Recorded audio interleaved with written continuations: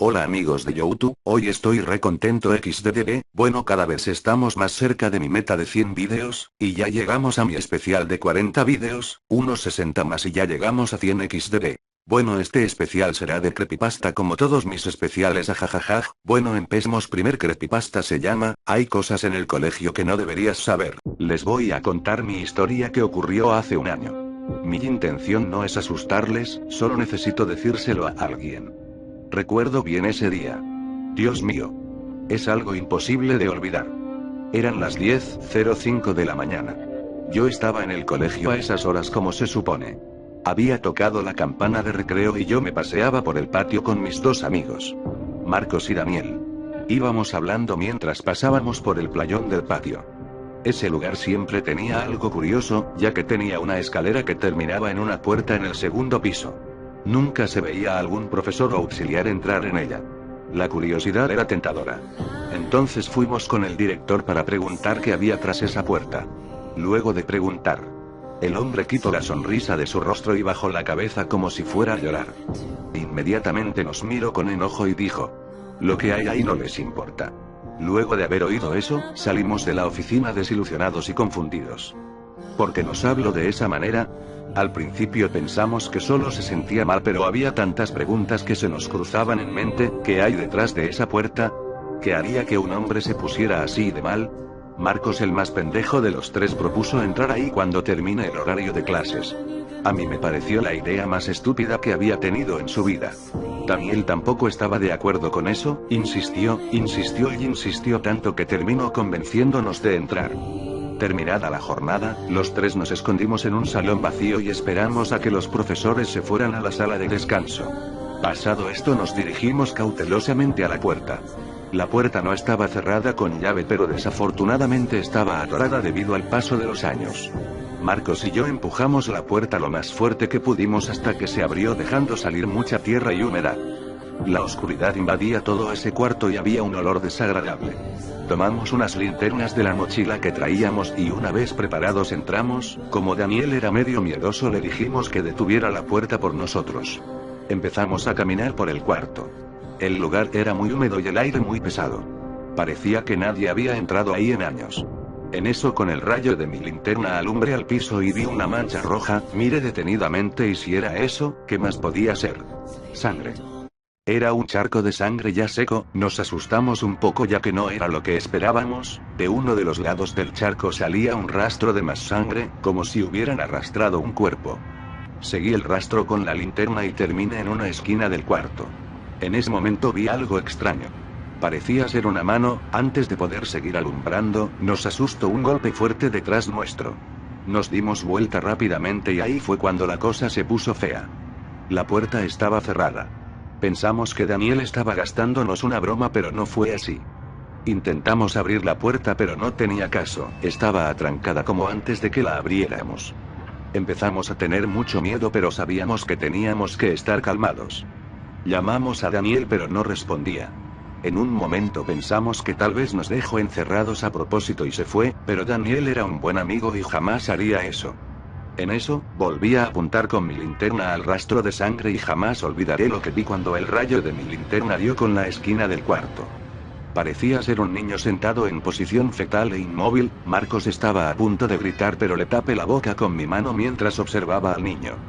Estaba sentado mirando hacia la pared. Fue entonces cuando empezó a voltear. Estábamos desesperados y no estábamos preparados para lo que iba a pasar. Cuando se volteó, definitivamente su rostro era todo pálido, tenía cortes horribles por toda la cara y sus ojos eran negros.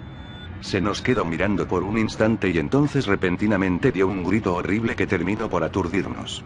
Cuando logramos recuperarnos volví a apuntar mi linterna a él pero ya no estaba ahí. Cuando bajamos la guardia algo me golpeó por atrás dejándome inconsciente. Recuerdo bien que desperté en medio de la oscuridad. Ese olor me decía que aún seguía en ese horrible cuarto. Empecé a buscar mi linterna desesperadamente. Mientras buscaba, con mis manos toqué algo, parecía un cuerpo.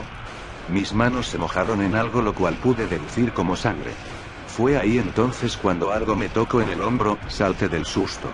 Un rayo de linterna alumbró mi cara, afortunadamente era Marcos, me ayudó a levantarme. Cuando pasó el rayo de su linterna en el piso, pude ver lo que yo estaba tocando. Era Daniel, estaba muerto. Tenía todo su estómago destrozado con sus vísceras afuera. Marcos dijo que debíamos salir y rápido. Empezamos a movernos con cuidado, pero fue en vano. Esa cosa volvió a gritar esta vez más fuerte y se apareció frente a nosotros. Sus ropas estaban todas desgarradas y estaba muy delgado, casi esquelético. Intentamos evadirlo, pero se movía a una velocidad sobrenatural. Era imposible de creer. Corrimos por todo el cuarto para escondernos de eso. Después de unos minutos parecía que ya no estaba. No sentimos gritos ni nada por el estilo. Rápidamente corrimos a la puerta e intentamos lo más posible para abrirla, pero como dije antes era imposible, estaba completamente atrancada. Fue ahí cuando Marcos vio un hacha en el piso. Dijo que con eso podríamos romper la cerradura de la puerta. Tomé el hacha del suelo y empecé a pegarle a la cerradura. Faltaban solo unos pocos golpes para que se rompiera. Antes de seguir haciendo esto, esa criatura me tomó repentinamente de las piernas haciéndome caer. Esa cosa me arrastraba cada vez más hacia mi muerte, pude ver en sus ojos ennegrecidos ese odio que tenía acumulado. Rápidamente un hachazo se impactó en la espalda de esa cosa. Me soltó y pude ver que Marcos lo tenía retenido. Sacó el hacha de la espalda de la criatura y me la lanzó para que abriera la puerta.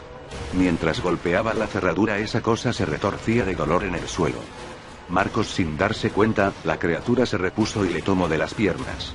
Empezó a arrastrarle hacia la oscuridad. Intenté salvarle. Pero él me decía que lo dejara y que me fuera. Me despedí tristemente de mi amigo y golpeé la puerta una vez más. La cerradura se rompió y la puerta se abrió. Desesperadamente salí afuera. Pude ver cómo la criatura venía a por mí, pero antes de que pudiera hacer algo cerré la puerta. Afortunadamente a mi lado había una soga, metí un extremo de la soga en el hueco donde estaba la cerradura y até el otro extremo al barrote de la escalera, ya que la puerta se abría para adentro. Después de eso bajé al playón de nuevo y me dejé caer en el piso por el cansancio y el shock. Desperté sentado en una silla. Estaba en la oficina del director, él me estaba mirando fijamente de forma molesta. Fue ahí cuando le pregunté qué es lo que había encerrado ahí. Él me sirvió un vaso de agua y empezó a contarme. Me dijo que lo que está ahí adentro era su hijo llamado Ben. Yo me quedé sorprendido. Me dijo que su hijo tenía serios problemas tanto mentales como de salud, era un niño incontrolable, odiaba a todo el que se le acercara. Contó que él mismo mató a su propia madre con un picahielo. El hombre había quedado destrozado sabiendo que su propio hijo mató a su madre. Decidió encerrarlo en lo que antes era el cuarto de calderas, desde entonces lo alimentaba todos los días y nunca dejó que viera la luz del día otra vez. Yo le pregunté por qué no lo llevó a un hospital mental. Me dijo que ya lo había hecho, pero siempre encontraba la manera de escaparse o herir a los demás pacientes. Necesitaba un lugar donde pudiera contenerle siempre. Dicho esto, me preguntó si había entrado con alguien más. Yo no quería decir nada sobre eso, solo quería olvidarlo. Así que dije que entré solo. Unos días después yo me cambié de escuela, no podía vivir con esa cosa cerca jamás. Al cabo de unas semanas de este suceso me enteré de que el director de mi vieja escuela había desaparecido. Jamás encontraron al director, pero tal vez yo sepa lo que le pasó. Hoy en día sigo pensando que tal vez, solo tal vez, Marcos aún siga con vida dentro de ese cuarto.